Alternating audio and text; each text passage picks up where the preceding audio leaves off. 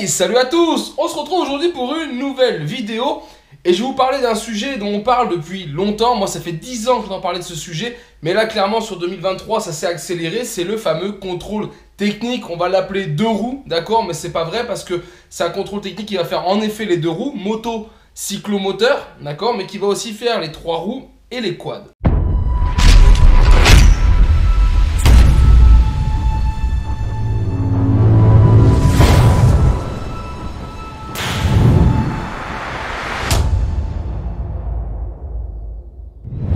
Alors le mieux pour savoir ce qui concerne ce fameux contrôle technique, c'est d'aller sur le site de l'État, Légifrance, et là vous avez tout le contrôle technique. Mais c'est pas clair. C'est un contrôle technique, ce qu'on voit, les points qui sont abordés, ce sont des points moto. Mais nous, on va se favoriser dans cette vidéo sur le cyclo, ce qui nous intéresse, les 50 cm3 parce qu'on est concerné. On était beaucoup à penser que c'était de 50 et plus, et que nous on est en 49,9, mais du coup ils ont inclus les 49,9 dedans dans les 50.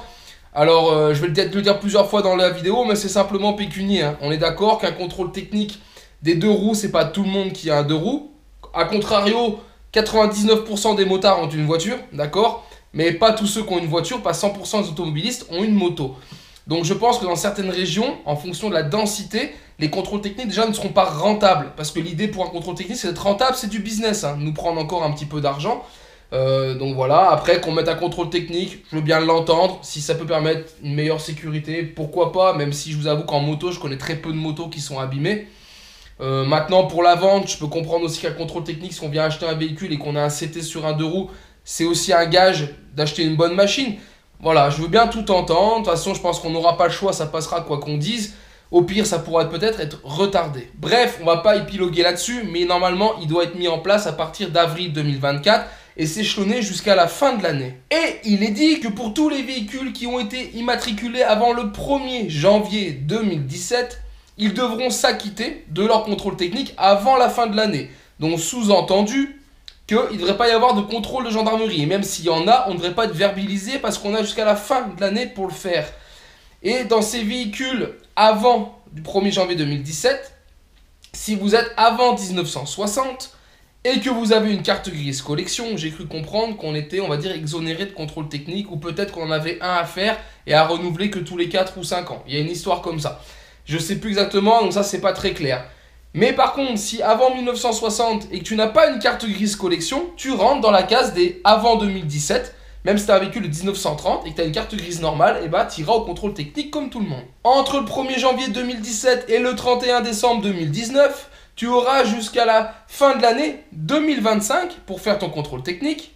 Entre le 1er janvier 2020 et le 31 décembre 2021, tu auras le droit jusqu'à fin 2026 pour faire ton CT. Et si tu as été immatriculé après le 1er janvier 2022, tu as le droit à 5 ans. 4 ans et demi, 5 ans, donc en gros 2027. Donc ce qui peut faire l'affaire de certains, comme moi j'ai immatriculé des véhicules en 2003, j'ai refait des cartes grises ici là en début d'année 2024, mais j'ai des véhicules en 2023, parce que la NTS, on est d'accord, selon qui tu tombes, il y en a, ils se font pas chier, et ils prennent pas la date originale du véhicule que tu as pu mettre, ou toi la date des plaques mines, si tu as voulu mettre ta plaque mine, ou ton année de naissance, tu pouvais faire un peu ce que tu voulais de toute façon, mais il y en a qui vont te mettre la date de réception du dossier, et moi j'ai eu des cartes grises en 2023, qui ont été immatriculées pour la première fois, en 2023, donc ça veut dire que moi, ces cartes grises-là qui sont de 2023, je suis exempt de contrôle technique pendant 5 ans, tout simplement. Donc jusqu'à 2027 du coup, ça fera pas 5 ans parce que c'est à partir de 22, mais je suis exempt jusqu'à 2027 de contrôle technique. Et même si on m'arrête et qu'on me dit oui, t'as une vieille machine, je dirais la carte grise, c'est pas moi qui l'ai fait, d'accord? C'est l'État qui me la donne, c'est signé en bas. Si c'est marqué 2023, je suis pas enquiquiné. Et ça, je peux vous dire, j'ai plusieurs véhicules qui ont été faits comme ça. Alors en plus, on parle de contrôle technique, mais clairement, pour nous, ça va être un contrôle de conformité. C'est pas un contrôle technique, faut qu'on soit clair. On va regarder si on est conforme à la réglementation. Avant de vous évoquer les quelques points qui peuvent concerner les cyclos, on va parler des centres de contrôle technique. Donc les centres de contrôle technique, ils sont déjà pas équipés pour le deux roues, ok? Donc ça veut dire que eux, cette année, ils ont une obligation, donc la personne qui sera en contrôle technique, et ça risque de pas être la même que les voitures. Parce que comme ils ont déjà du boulot à l'année pour les voitures, ça veut dire qu'ils vont devoir embaucher quelqu'un pour passer les contrôles techniques moto. Ce sont des frais et des charges en plus qu'il va falloir amortir. Cette personne qui arrivera ou qui sera là devrait être formée cette année 33 heures. Mais l'année prochaine, c'est une formation vraiment que pour l'année, c'est pour vraiment dépanner et mettre le truc en place. Et normalement, en 2025, il devrait passer sur un agrément, ce qui n'est pas la même chose. Et donc le contrôle technique, s'il prend cette personne qu'il embauche pour faire les motos, il va devoir faire les travaux. C'est-à-dire qu'il faut qu'il ait la place de recevoir les motos, qu'il fasse les trous dans le sol pour mettre les rouleaux, les bandes puissants, je ne sais pas comment on appelle ça, mais pour mettre tout son système, qu'il ait la formation avec le logiciel, etc. Donc c'est quand même un gros coût. Et selon où tu habites, une grande ville, peut-être que un ou deux contrôles techniques peuvent voir le jour, et tant mieux pour ceux qui devront passer. Mais moi qui habite par exemple à la montagne, la ville la plus proche qui doit être dans la première ville, grosse ville, on va dire 8000 habitants, où tu as quand même une sous-préfecture, tu vois, tu payes tes impôts ici. Ne va peut-être pas faire un contrôle technique. Il n'y a que 3 contrôles techniques voiture, peut-être qu'aucun des 3 va s'installer parce que même s'ils faisaient de la moto, il n'y a peut-être pas assez dans leur périmètre où ils travaillent, peut-être pas assez de 2 roues pour être rentable. Donc ça veut dire que moi qui paye mes impôts sur place, je vais devoir faire 100 km pour aller dans une grande ville, passer un contrôle technique. On est marteau. Le mec, il a un Solex, il va se faire 100 bornes avec son Solex pour aller passer contrôle technique et revenir. Si le mec, il a pas de remorque, un fourgon pour les trimballer. Et donc, si tu dois faire ça, en plus du contrôle technique, tu te rajoutes des kilomètres, des frais. On marche un peu sur la tête. On a aussi entendu parler que le contrôleur devra avoir le permis moto. Alors ça, c'est faux. Par exemple, pour la voiture. En règle générale, tous les contrôleurs ont le permis voiture, d'accord? Parce que quasi tout le monde a un permis voiture en France. Donc eux, ils prennent ta voiture, ils rentrent, c'est un lieu privé, ok? Donc tu n'as pas le droit de rentrer, tu as une zone, on te dit tu passes pas la zone, tu es dans le périmètre, tu n'as pas le droit de venir. Si on prend les camions, des contrôles techniques camions, c'est le propriétaire ou le chauffeur du camion qui est au volant de son camion, qui a un micro, des écouteurs, qui communiquent avec le contrôleur et on lui dit de faire freiner, accélérer, etc. Donc vous voyez, les deux se font. Donc il est possible que pour la moto, il soit toléré, il soit même demandé à son propriétaire de venir prendre la moto et d'être lui dessus en train de conduire pour faire les tests. Et c'est là où c'est assez ouf, parce que tu es dans un lieu privé, tu pourrais dire après tout, moi je m'arrête à ta privation, à ta clôture si tu veux, tu te démerdes, tu prends mon 2 roues, tu te débrouilles.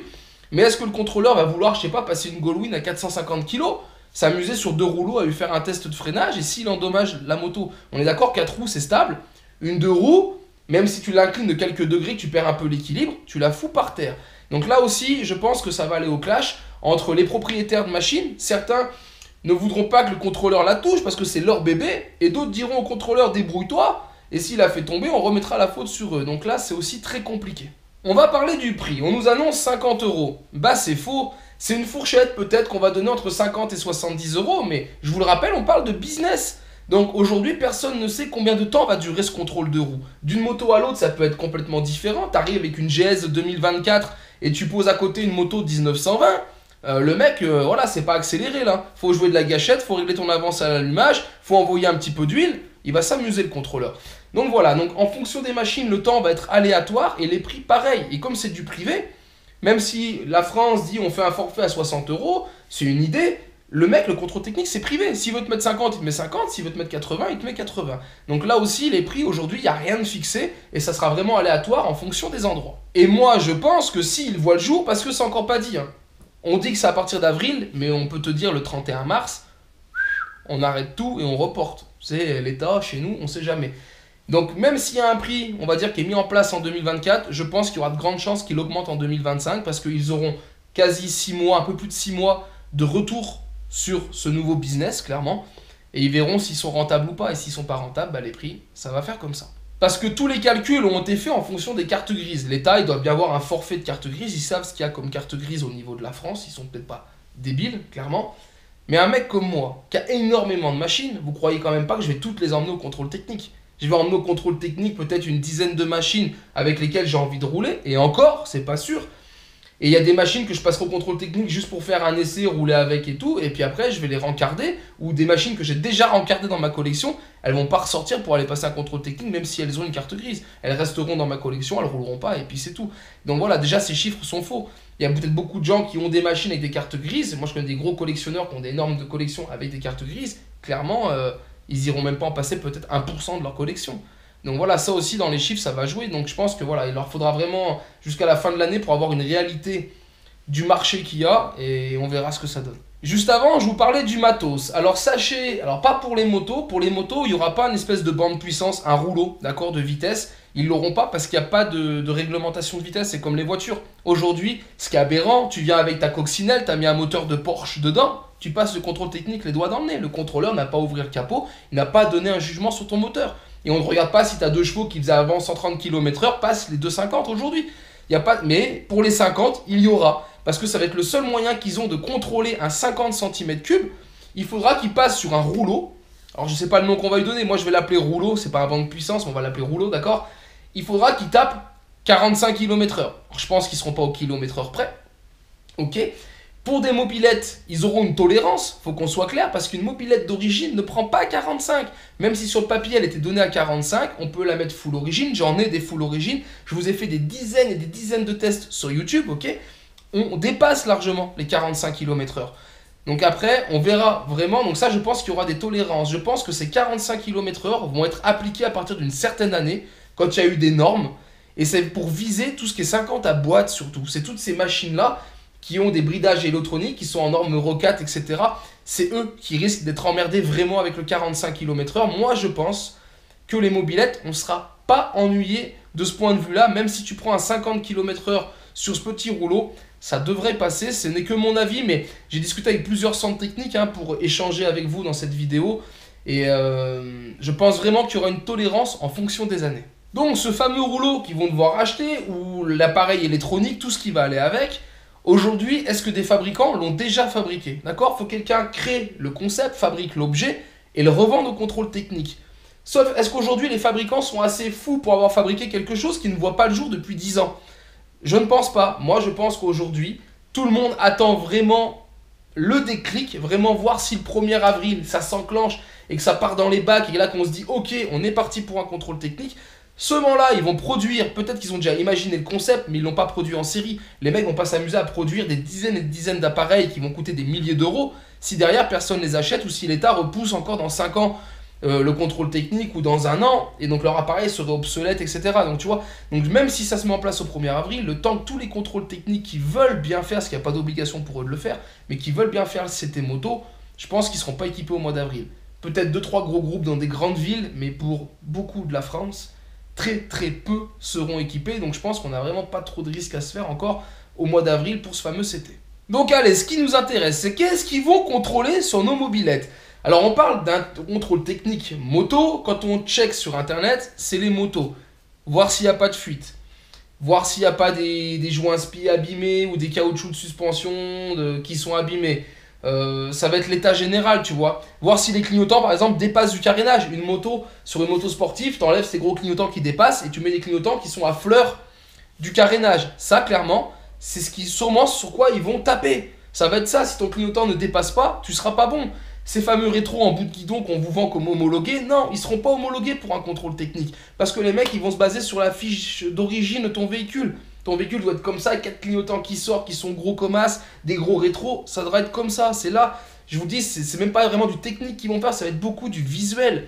Ils auront normalement le droit, la seule pièce qu'ils pourront toucher sur ta moto, qui pourront démonter ou manœuvrer, c'est ta selle de moto. Pour vérifier, un des points qui sera dans le listing, c'est le maintien, la fixation de ta batterie. Moi, ma moto, une GS, ma batterie est à l'avant. Parce que sous ma selle, c'est mon réservoir de moto. Mon réservoir est à l'arrière, c'est fabriqué comme ça d'usine. Donc le mec n'aura pas le droit de démonter mes carénages moto. C'est interdit qu'il démonte, comme il ne démonte pas une voiture, ok. Il n'aura pas le droit de démonter les carénages pour aller vérifier que ma batterie est fixée. Ça sera pareil pour les contrôles, on va dire, des numéros de série. On part du principe, ils vont dire il y a un numéro de série sur la carte grise, on veut retrouver le même numéro de série sur un véhicule. La règle aujourd'hui, c'est ce qu'on appelle de la frappe à froid. C'est de la frappe qui est faite directement sur ton châssis. Ok, donc les motos l'ont, il n'y a pas de souci. Mais ils n'auront pas le droit de démonter. Donc si c'est sur la potence et que c'est visible, tant mieux. Si c'est sur un bras oscillant et que devant tu as un carénage et des caches, ils n'auront pas le droit de démonter pour aller vérifier ce numéro. C'est-à-dire qu'il sera obligé de se tortiller, regarder avec une lampe s'il le voit, et s'il ne le voit pas, il sera obligé de te le valider.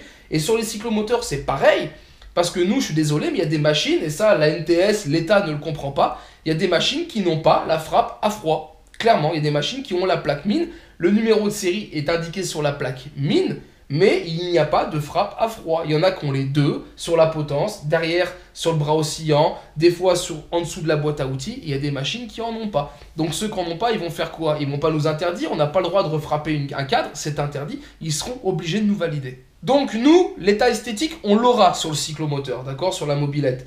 La carte grise qui correspond au châssis, on l'aura s'ils arrivent à le voir. L'état des pneumatiques, on les aura. Le test de freinage qui concerne les deux roues, je suis pas sûr qu'il soit appliqué en 2024. Je pense que ça arrivera une fois qu'ils auront les agréments en 2025. Et je pense pas qu'on ira tester nos cyclomoteurs avec des freins à patins. C'est dans ce cas-là, autant aller tester des vélos, ok. Donc ça, je pense pas que ça verra le jour. Pour nous, je parle en mobilette. Le sonomètre, ils n'ont pas de sonomètre. Un contrôle technique n'a pas à juger du bruit de ta machine, d'accord? Ils vont pas nous passer au sonomètre. Ils vont pas comparer le nombre de décibels qu'on a sur la carte grise. Et puis comme nous, c'est des mobilettes, il y a des cartes grises qui n'ont pas le nombre de décibels. Donc il n'aura pas de contrôle de bruit, ok? Alors, attention, je vais mettre des guillemets, je vous dis, il n'aura pas, j'ai pas la science infuse, d'accord? Je regroupe tous les infos que j'ai eues, j'ai lu les textes Légifrance et je vous fais un condensé. Moi, c'est ce que je pense qui va se passer et je ne suis pas Madame Irma, d'accord? Donc prenez quand même tout ce que je dis avec des guillemets, mais voilà, c'est pour vous donner une idée de ce qui nous attend. Je vous l'ai dit, on n'aura pas la pollution, ça va considérer ça va être pour les 4 temps, mais les 2 temps, on pourra pas parce qu'on a l'huile dans le mélange, donc on pourrait pas passer la pollution quoi qu'il arrive, donc ça, la pollution, on oublie aussi. Et après, je pense que ça va faire plaisir à beaucoup. Je pense pas dire une bêtise non plus, hein, je remets des guillemets. Mais on aura un contrôle de vitesse. Admettons 45 km/h. Peut-être une tolérance pour les mobilettes, on ne sait pas de combien elle sera, mais voilà, il y aura une tolérance. Mais on vous parle nullement de la cylindrée. On vous dit aujourd'hui qu'en France, tu as le droit d'avoir jusqu'à un 50 cm3, donc toutes nos mobilettes, on peut les monter jusqu'à 50 cm3. Passer au-delà de 50 cm3, c'est déjà illégal au jour d'aujourd'hui. Mais lui, le contrôle technique, si tu amènes un 70 cc, lui, c'est pas que c'est un 70 cc. Et puis, il s'en fout. C'est pas son rôle au contrôle technique, c'est pas ce qu'on lui demande. Puisqu'il sera sur un contrôle de conformité finalement et pas sur un contrôle technique. Donc, on lui demande pas de savoir la cylindrée. Lui, il va prendre ta machine, il va la mettre sur un rouleau, il faut 45 km/h. Si tu as un CDI électronique, maintenant, on te vend des petits boîtiers. Tu brideras ton CDI. À un certain nombre de tours, tu les auras tes 45 km/h. Tu prends ton pot, tu lui mets une belle pastille comme ça avec un petit trou au milieu. Ton pot va s'étouffer, tu n'auras plus de puissance, tu auras tes 45 km/h ou tes 50. Donc tu vois ce que je veux dire, on n'aura même pas ce contrôle de cylindrée. Donc pour ceux qui s'inquiétaient de savoir si avec les kits ou pas il y aura un problème, il n'y aura pas de problème. Tu passeras ce foutu CT, tu ressors du CT, tu enlèves ta chicane, tu prends ton petit boîtier électronique, tu la redébrides, comme ça se fait sur de nombreuses motos, et roule. Tu rouleras avec ta machine et tu auras un CT validé. Alors pour moi, ce contrôle technique, je vous en parle aujourd'hui, je vous donne les infos que je récolte, mais il n'y a même pas lieu d'en parler parce qu'il va falloir vraiment attendre le 1er avril, voir si vraiment il se met en place. Tout peut encore changer, hein. On est en France, ça peut basculer du jour au lendemain. Et si vraiment il se met en place, il faudra aviser au fur et à mesure, voir vraiment ce qui se passe. Mais tout ce que je vous dis, ça risque encore de changer. Il y a des points qui vont changer. Et d'un 2 roues à l'autre, en fonction de l'année, le modèle, etc., il y aura vraiment des clauses complètement différentes. Et ce qui est normal, on ne peut pas comparer tous les 2 roues. Vous imaginez tout ce qu'il y a eu en 2 roues, mais c'est un truc de malade. C'est comment le mec va passer de freins à disque à des freins à patins, à des freins à tambour. Quelles vont être les normes de freinage? C'est impossible. Pour des mobilettes, on sait très bien, ça freine pas. Les tambours, ça ralentit. Donc voilà, c'est autant de latence, il y a autant de véhicules, c'est autant de problèmes qu'ils vont rencontrer au contrôle technique, ce sera autant de temps de différence à passer un contrôle technique en plus sur une machine qu'une autre. Clairement, nous, les cyclos, on aura quelques points, mais rien de méchant. Les motos auront beaucoup plus de points. Nous, on n'aura pas les clignotants, il n'y en a pas, le rétro, il n'y en avait pas, mais on est obligé d'en mettre un à gauche, donc il t'en faudra un seul à gauche. Donc tu vois, il y aura vraiment des points qui vont passer comme ça à la louche. Donc ouais... On en parle pour en parler, mais franchement, j'ai hâte de voir ça. Et aussi, rassurez-vous, pour ceux que ça inquiète, moi, ça me gêne pas. Dès qu'il y a un contrôle technique qui voit le jour en 2 roues, je suis premier à y aller. On prendra 2 mobilettes s'il faut, ok. Une d'origine, une avec un kit, j'en ai rien à secouer. J'irai à ce CT, je payerai et j'irai passer le CT. Même si je dois faire 100 bandes pour trouver un CT, dès que je peux aller en faire un, je le fais et je vous fais la vidéo, on filmera tout ça. Donc pour ceux qui seront inquiets de voir comment ça se passe, attendez, on a jusqu'à la fin de l'année. Moi je ferai en sorte dès le début, dès que c'est possible d'aller en passer un, s'il y en a un dans ma région, mais je pense qu'il y en aura un, qui va bien vouloir prendre ce business, j'irai le passer, ok, et je vous ferai une vidéo et un retour de ce qui s'est passé. Comme ça permettra à ceux qui se doutent un peu de voir comment ça se passe, combien j'ai payé. Peut-être que s'il y a 2 contrôles techniques, j'irai faire une machine dans chaque contrôle technique, toi vraiment pour voir si ça se passe pareil ou si c'est vraiment un peu à la tête du client ou du contrôleur. Donc je pense au final qu'il faut moins s'inquiéter que prévu pour ce qui va être de nos mobilettes cyclomoteurs. Je vous invite dans cette vidéo en commentaire, je pense qu'il y a des gens qui nous regardent qui sont des contrôleurs, qui ont des centres techniques, qui ont plus d'infos que moi, parce qu'eux ont déjà eu des notes de service. Il y a aussi sûrement des gendarmes qui nous regardent. Les gendarmes, vous avez déjà des notes de service. Je sais que vous les avez eues, parce que j'en ai vu quelques-unes passer, mais voilà, c'est pas forcément à moi d'en parler, mais vous pouvez discuter. Donc moi, je vous invite en dessous dans les commentaires, pour ceux qui ont des infos, on va dire vérifiées ou vérifiables, n'allez pas imaginer des trucs, de le marquer dans les commentaires et qu'on fasse un espèce de gros forum là sous cette vidéo où on peut échanger, où chacun donne son avis. On n'est pas là pour critiquer ou pas le fait qu'il y a un contrôle technique. Moi le premier, j'étais pas pour, mais ça rentre pas dans le sujet, d'accord? S'il doit voir le jour, il verra le jour. De toute façon, on n'aura rien à dire. Donc voilà, autant essayer de comprendre le pourquoi du comment, d'en discuter. Hein. On n'est pas là pour se tracher en dessous, hein, je le dis clairement, on est là pour discuter, dialoguer. Donc voilà, s'il y en a qui ont des infos, plus d'infos que moi, ou si j'ai dit des conneries, hein, n'hésitez pas dans les commentaires, vous marquez dessous et qu'on puisse faire une grosse base d'échange. Et comme ça, moi je tiendrai compte de tout ça. Et c'est peut-être des sujets que je pourrais réaborder dans la prochaine vidéo qui concernera le contrôle technique quand j'irai le passer avec une de mes machines. Après, il y a peut-être un bon point du contrôle technique, je suis en train de réfléchir. C'est que ça risque, peut-être pas dans l'année, mais peut-être en 2025, quand tu voudras vendre une de tes machines, d'avoir le contrôle technique. Donc ça veut dire que quelqu'un qui veut vendre une machine non immatriculée et sans contrôle technique, il ne pourra pas la vendre ou il sera obligé de la signaler pour pièce. Voilà. Et ça va risque de poser problème. Par contre, pour des gens comme moi qui vont bien acheter et collectionner, ça sera une marge de négociation pour des machines qui n'auront pas l'état, le contrôle technique ou la carte grise. Donc voilà, là j'ai un petit sourire, je me dis je vais pouvoir acheter pas mal de machines, peut-être que des gens vont prendre peur, vont se dire j'en garde pas 10, je vais en garder 2-3 que je roule parce que j'ai pas envie de payer 50 balles ou 70 balles par machine. Bah voilà, dites-le moi, pareil en commentaire, si vous comptez vendre des machines, dites-le les amis, parce que j'ai encore pas fini ma collection, il me reste quelques machines à compléter, et comme moi le contrôle technique, je vous avoue que je m'en carre un peu, je vous les achèterai volontiers. Voilà, je dis ça sur la boutade, hein, prenez-le sur la boutade, mais je pense que ça va arriver, clairement, je pense que si le contrôle technique voit le jour, on pourra surveiller les réseaux internet, le Bon Coin, Marketplace et tout, mais je pense qu'on verra quelques machines débouler, ou même quelques kits 70 pour des gens qui ont peur, ou peut-être qu'il va y avoir un engouement pour les moteurs d'origine, les gens vont se battre pour du moteur d'origine.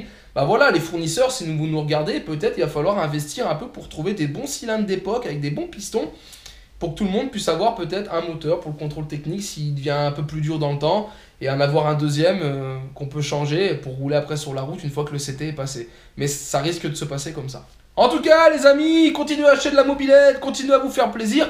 Ne laissons pas ce CT couper notre passion. Hein. La passion, c'est jusqu'au bout, les amis. S'il faut aller dans la rue, on ira dans la rue. Moi, le premier. Donc voilà, faut pas trop se laisser faire. Et si ça doit se faire, autant que ça se fasse dans des conditions que tout le monde, que les deux roues, les quads, les trois roues, trouvent acceptables pour eux. En tout cas, je vous dis donc à très vite sur ma chaîne pour d'autres vidéos, tutos et présentations. Et en attendant, ciao ciao!